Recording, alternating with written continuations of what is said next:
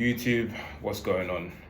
I'm back in the original room. I recorded the first YouTube video I posted on the internet, and when I first started this channel, I started posting content on SR, and I realized SR is not really just about that. SR is just an element of it because it's all about energy and how to maximize your energy, because people always talk about raising your energy, having high energy, or their energy's off, and the purpose of this channel is to just help put that into perspective and individualistically how you can improve and increase your own energy. And SR is a huge element of that, not squandering your seed left and right, and essentially conquering lust in general as a man. Once you can conquer that, you're going to be successful. You can't be successful and lust loving at the same time, if that makes sense. It might seem that way, but eventually a woman is going to be your downfall. So just on energy in general, that's what I essentially wish to speak about in this channel, is everything related to energy, whether it's SR, whether it's this, whether it's that, and how you can raise your energy overall. And fasting is a big element of that. And the topic of this video, I'm looking at my iPhone here, is living in a tropical climate. And I put live in the tropics if you want more energy. So I grew up in a lot of places, but I grew up in the UK, and the UK is known worldwide to be a grey, gloomy, moody place. People are moody. People don't want to talk to you. People are, in general, have bad energy, low energy. The energy, like, people look miserable. People are miserable. And so it was around 2019. Well, everybody wants to live in a more tropical climate. Most people do anyways. There are some people who love the cold, but living in the tropics is going to benefit your energy. People ask me all the time, like, oh, you could, because right now I could be living in Dubai. I could live anywhere. I have the financial means. I have the freedom to go anywhere I want. I'm really living life on the edge, and so I can choose to be wherever I want to be. And I always choose a tropical climate. I always typically choose a coast or an island. I'm not going to get into the details of that right now, but I love to be close to the water, and I love the culture of coastal places or islands. But living in the tropics if you want more energy, because one, sunlight affects your mood and your energy. Like, I speak to some people in cold climates from time to time, and it's like, oh, it's easy to say when you're out there in the tropics all the time. And it's true. Like, I was recently in a cold, first of all, I hate flying, but I was in a cold climate, and my skin just started getting ashy. I started getting dry. I hadn't seen white on my skin in forever. So that's certainly something. But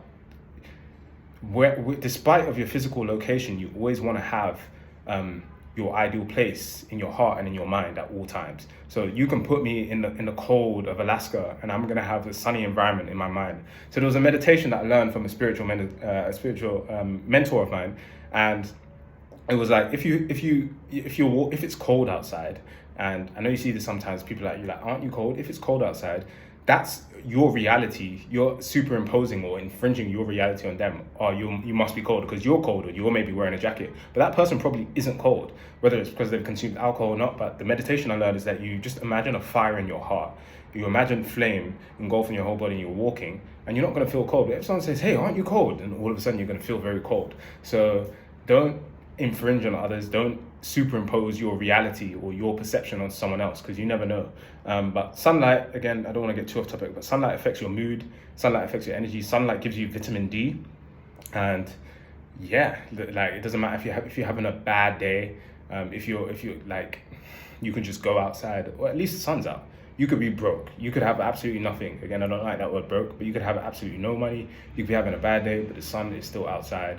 And then with the sun comes the other beauties of nature. You get the luscious green trees. You get the birds tweeting and singing and flying around and dancing. You get beautiful butterflies.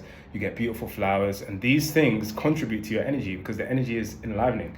And it's the same when you have a low vibrational place. Because I call a lot of these states in America low vibrational places. It's going to affect the people as well. Like in Britain, the houses they're not very colorful. They're not very, very vibrant. But if you go to Asia, if you go to Asia, Africa, and certain countries like that, I have to watch this. Asia, Africa, certain countries like that, you'll see yellow houses, green houses, like things are more vibrant. People don't typically wear black. Growing up in London, everyone wore black. I always used to wear black. Black is the lowest vibrational color, especially when dressed.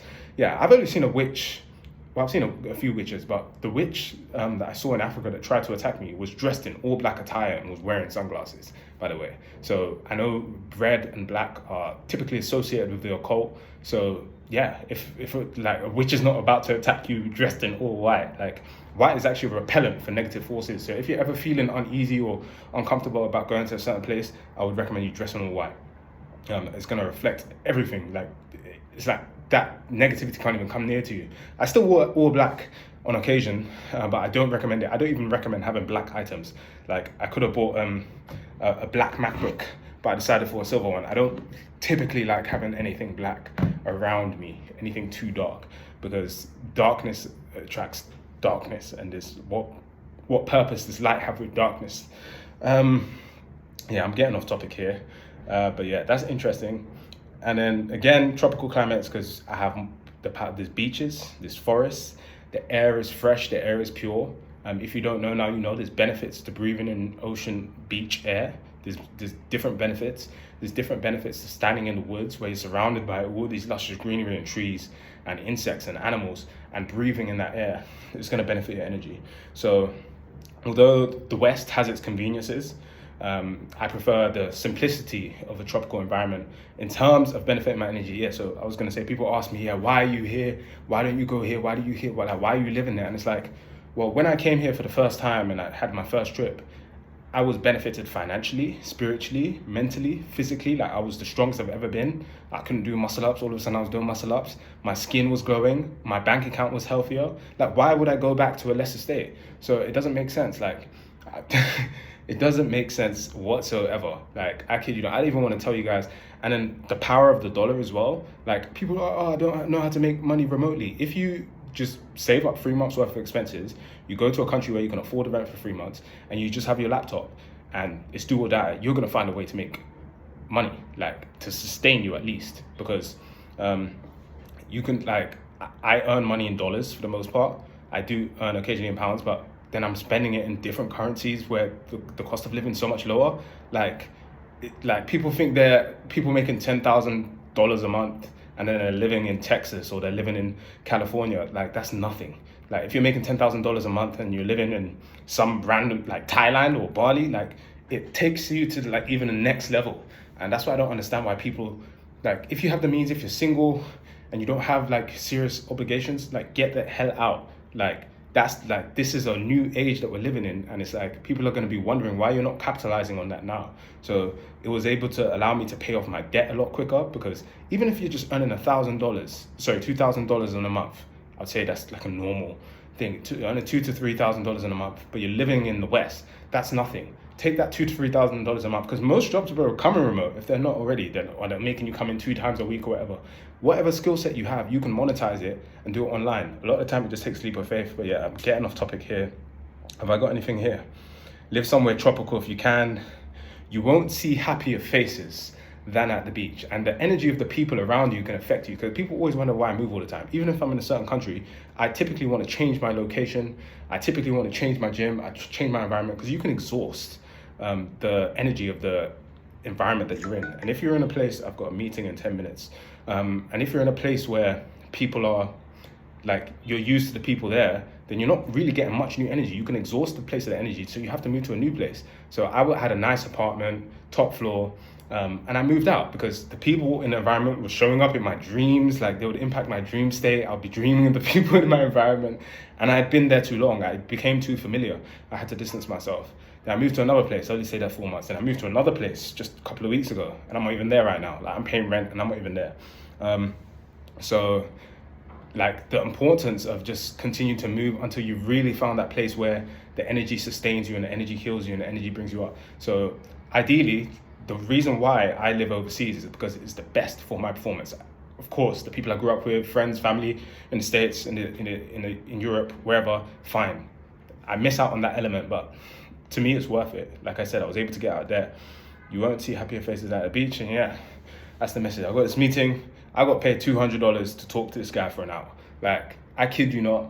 Like, when you start to believe in magnifying and maximizing your wealth, like, things just happen easily for you. And as you raise your energy, like, that's the reason I was able to charge $200. Before I used to charge $30 and think, yeah, that's good. And I was like, he was like, oh, how much would you charge? I said, yeah, $200. And he accepted that because my energy is high and I'm providing value. So the more you can raise your energy, and I don't think I would have been able to get to where I am now if I was still living in the UK, living with my brothers and my mother and my father. Like, nah, I don't think so. Because one thing I noticed, but from living overseas, traveling here, traveling there, and then going back to base, things don't change. People stay the same because they're in the same environment, they have the same energy, and they're not collecting any new experiences. But yeah, that's the video. Hope you learned something. Let's go, let's get it.